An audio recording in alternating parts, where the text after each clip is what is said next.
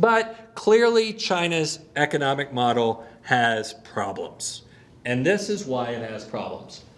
The consumption side of the economy, which was 50% of GDP on the left side of that chart, is now over 50. When they started their miracle rise, is now only about 35%. And gross fixed capital formation, which is industrialization and urbanization, has gone to be almost 50% of their economy. Now, to put consumption into perspective, the average on the globe is about 60%. The average household consumption rate in the US is about 70%. So China's under-consuming by about half of the US.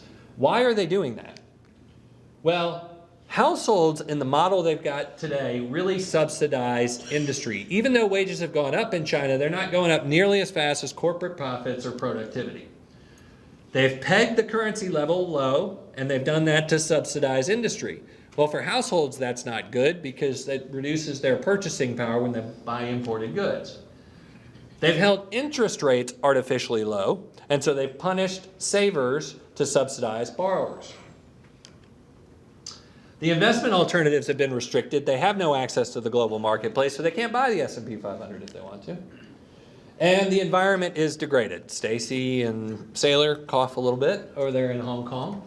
And that environmental degradation has a physical price to households, but it also has a financial price. At some point, they got to cough up the money to go to the hospital to fix their cancer. It's a serious problem. So here are the consequences. You get a real high savings rate because people build war chests full of cash. You get really low consumption rates because, again, they're really saving their money. You get high income inequality.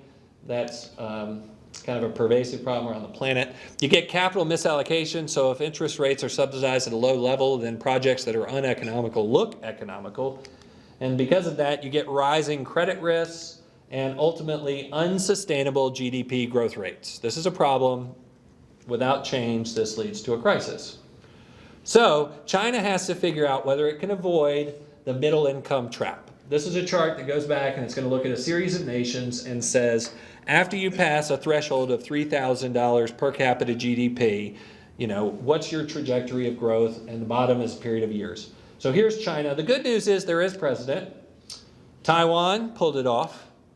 Korea pulled it off. But like I said, there are a whole lot of other countries that haven't. So Malaysia has been a disappointment, Thailand's been a disappointment, Mexico's been a disappointment, Brazil, Peru, and finally Indonesia. These all got caught up in the middle income trap. They didn't reform as they needed to, and they weren't able to maintain their spectacular growth rates.